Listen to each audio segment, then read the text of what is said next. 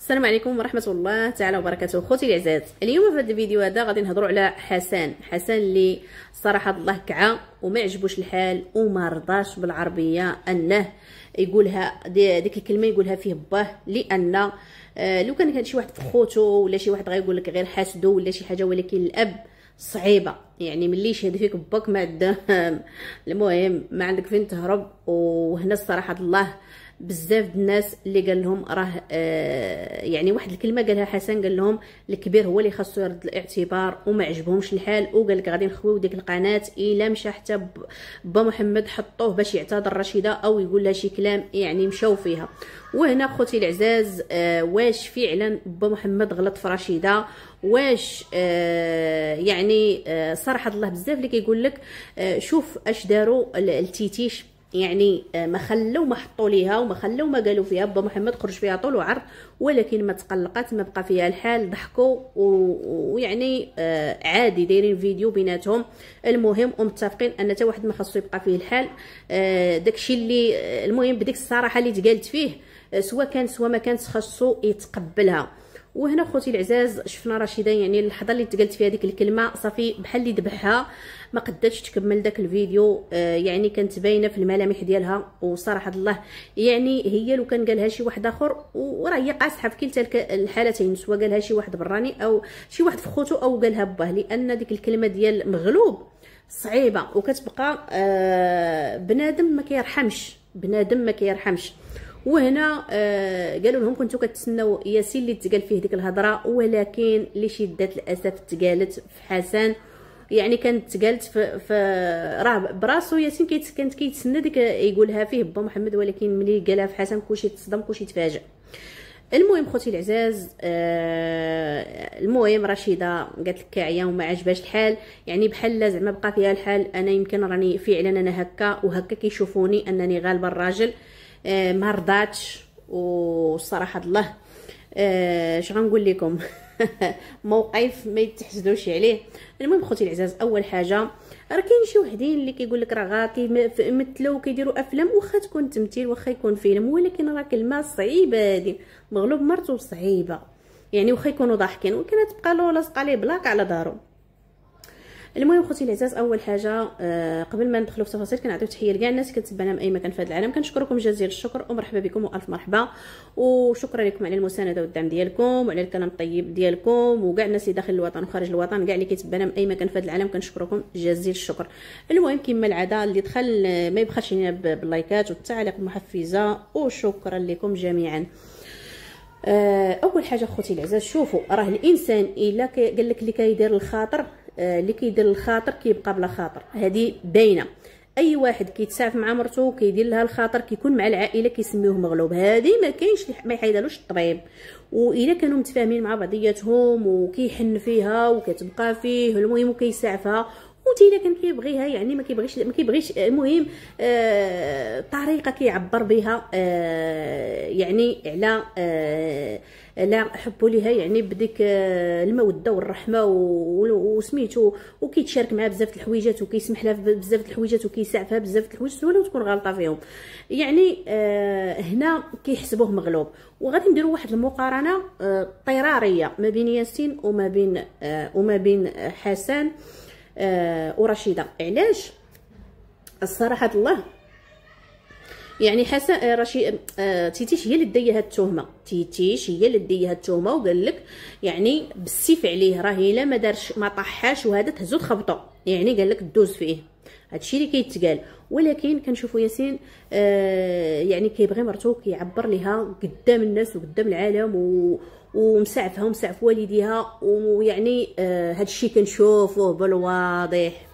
وعلاش الناس كاينين اللي كيقولوا فعلا مغلوب مرتو، ولكن بالنسبه لحسن الى كان متفاهم معاه وراضي وشتي، ومع ذلك يعني ياسين راضي، يعني واخا يقولوا مغلوب مرتو، واخا يقولوا اللي بغاو يقولوا كاع ما كيهموه المهم هو تيتيش تكون بخير وهذا صغير يعني وتبارك الله يعني عندو المهم كشرته واسعه ما مسوقش للعالم. المهم سيتي شكون مزيانه العالم يمشي.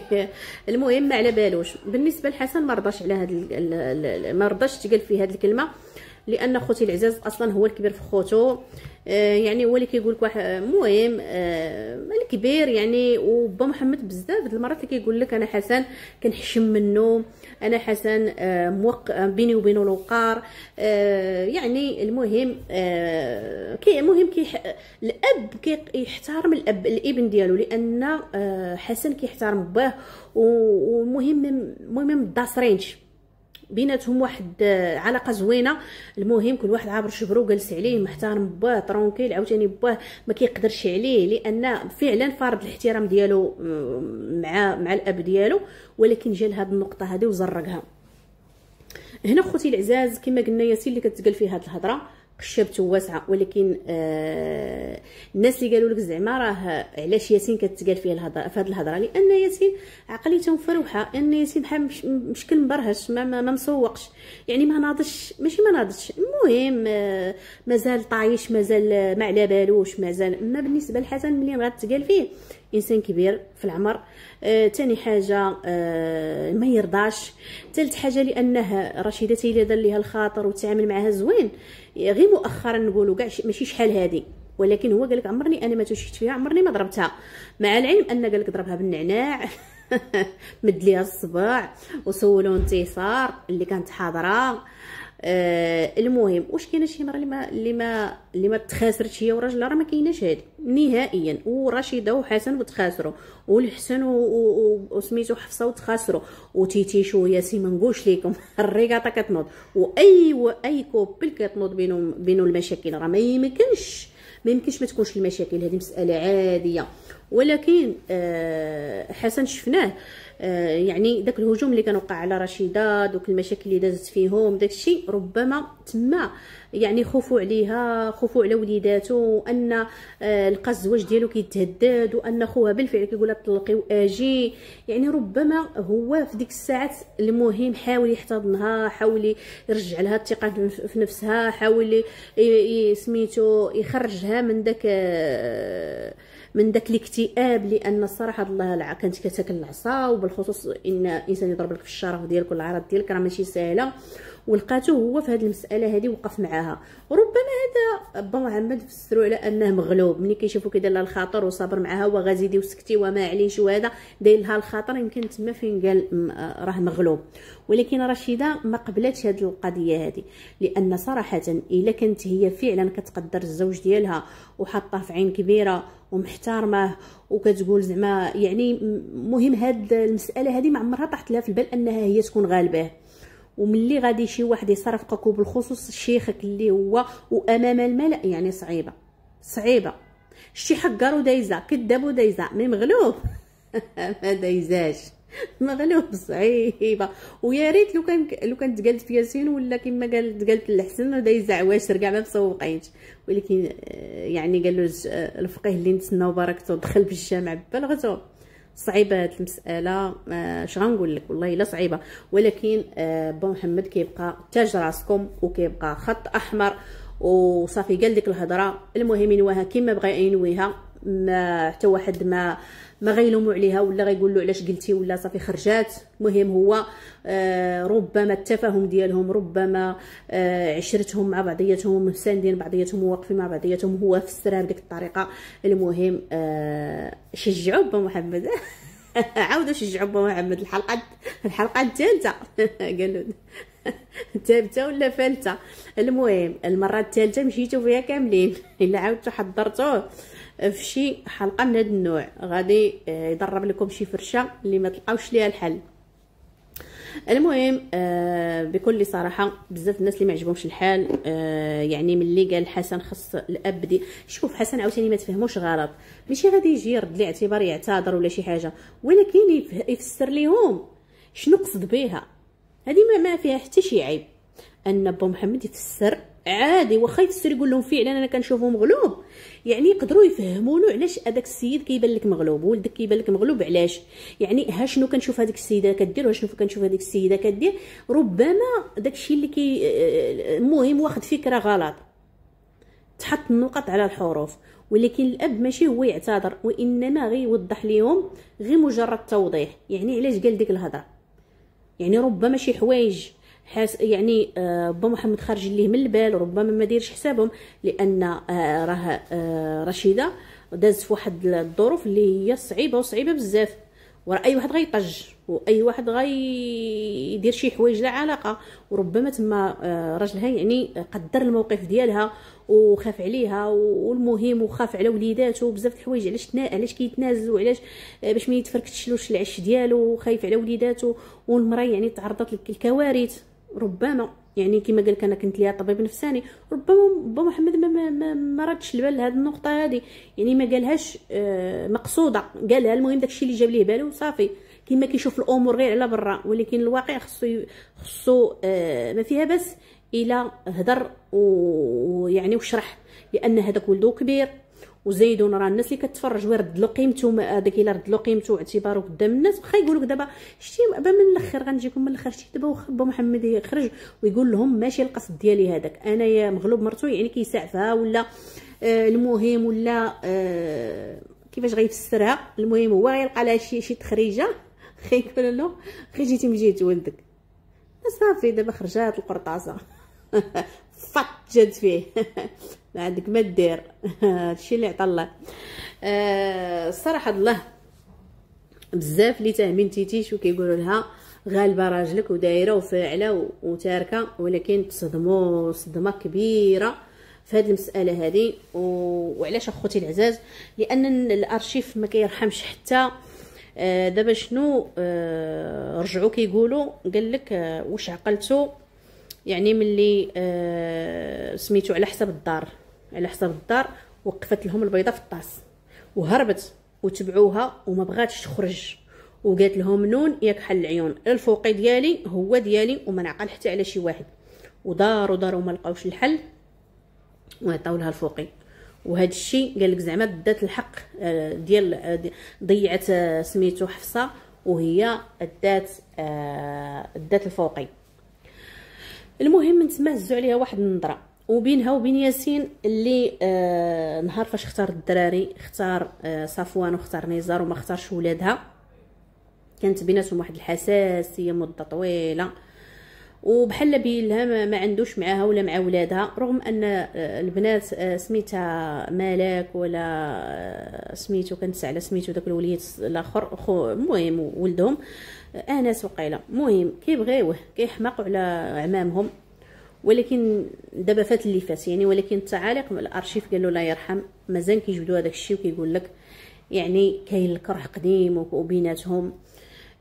ورشيده يعني واخا حسن يقول ولا ما يقولش فعلا هي ضاغطه عليه وحاكماه، غير ما كتبينش وهي مسمومه ودايره، ولكن ما عرفتش علاش دابا مثلا انا ولا انت ولا الاخر ولا الاخر كنحكموا على بنادم من 20 دقيقه ديال الفيديو، راه ما خصناش نحكموا اصلا، خصنا نوضحوا فقط ونخليهم هما يجاوبوا، ما نتبعوش اي واحد قال شي حاجه، ماشي اي واحد قال شي حاجه نتبعوه. ما كنشوف شي واحد كيكتب غير تعليق لا علاقه كلشي كيفوطي عليه كلشي، وعاد كيبدا يتناقش، وهي فعلا كاينه ديك الهضره كيبقى يثبت.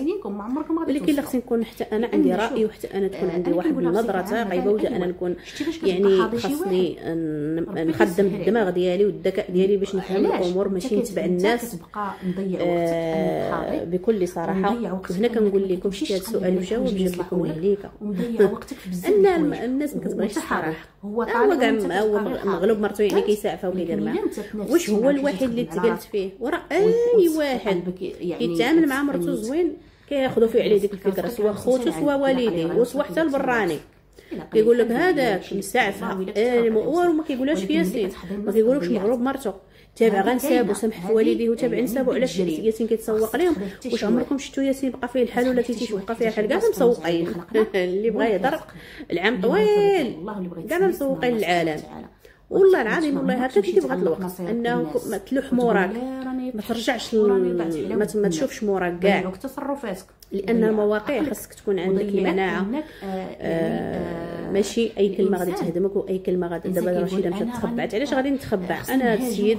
والا كانت المعامله الحسنه وكانت انني كنطيع راجلي وانني كنتعامل معاه زوين كنتسمى غلبته، ما غلبته بالخير، غلبته بشي حوايج اللي فعلا يعني غلبته لانني ما خليتلوش منين يدوز لي، ما خليتلوش منين يطماني ومنين غيغلبني. انا غلبته بالخير، غلبته بالمعامله، غلبته بالتفاهم، غلبته. راه تقدر تغلب بنادم، راه تقدر تغلب بالراجل وتغلبوا بهذه الحويجات هذا. وربما محمد هذا هو الحقيقه، يعني غير ما وضحهاش، يعني غالباه بالخير، غالباه بالخير، داخله سوق راسها حاضيه ولادها، يعني اي حاجه ديالته كتوجد ليه في الوقت، ما كتعامل معاه معامله زوينه، وهذا راه في حد ذاته كتغلب بنادم. ولا جيتيه العاصقين يجي يلقى الحوايج مرميين، ما عندنا مغسولينش، الماكله ما كايناش، الدراري ما مشاوش للمدرسه، حكا راني مريضه، انا ما كديرليش ما كتفعليش، وهذاك راه دابا هو غيولي غالبها. عرفتي علاش؟ غينوض يبدا يدقدق فيها على داك الفضايح ديالها. ولكن الا هي كتخدم معاه المعقول وشاده ثقارها وكدير الواجبات ديالها كتغلبو، هي كتسمى غالباه. وغالباه بكثر الا ما كانش عاد كيأدي سميتو الواجبات ديالو اتجاهها. وهاد المساله هذه الا جينا نطبقوها غنطبقوها على حسن، لان حفصه غالباه بالرزانه ديالها وبالثقاله ديالها وبالمفاهمه ديالها، وانها غير كتضحك، وانها مطيعه، وان اي حاجه كتعلق به كديرها. هي غالباه بالخير، ولكن هو حقار، حيت حبسوا عليا المرأة، علاش حبسوا عليها المرأة؟ حيت كتكسيها ما كتلبسها، واش نزيدو نوضحوا اكثر؟ تبغي غير الفلوس تطلعهم على وهذه هي الحياه اخوتي العزاز. راه خصنا نشوفوا انطلاقا من نفسنا وحنا كيفاش كنعيشوا، ماشي نشوفوا غير المواقع ونلصقوا غير في الحسن ولا نلصقوا في ياسين ولا نلصقوا في حسن، نشوفوا حتى راسنا ونشوفوا المحيط اللي كنعيشوا خوتنا والعائلات ديالنا وخارج اليوتيوب. كاع ما نشوفوش داخل اليوتيوب، نشوفوا خارج اليوتيوب. هادشي راه كنعيشوا، هادشي راه كنعيشوا. المهم كنقولوا الحسن ما يبقاش في الحال، عادي جدا ان باك قالها لك. المهم غالبك بالخير. علاش تكون علاش انت دابا نيتك خايبه؟ بس دار لينا ووضح لينا علاش نيتك خايبه. غالبك تكون غالبك بالخير. اش فيها زعما الا غلبات بالخير وما لقيتيش منين طعمها وما لقيتيش منين تزلها وردعاتك بالخير، زوينه هذا راه سعدات. يعني تلقى مرا يعني ذكيه ويعني ولا عندها هذيك العقليه انها تردعك وسميتو وتشدك وتطاكي غير عن بعد، غير بطريقه التعامل ديالها وكيفاش كتمشيك بلا ما تمشي فيك. صعيبه هذه ما كيعرفوها غير اللياتي ومواليه. المهم حتى لهنا كيتسالي الفيديو ديالنا، وكنشكروا الناس اللي كتتبعنا، والى فيديو قادم ان شاء الله.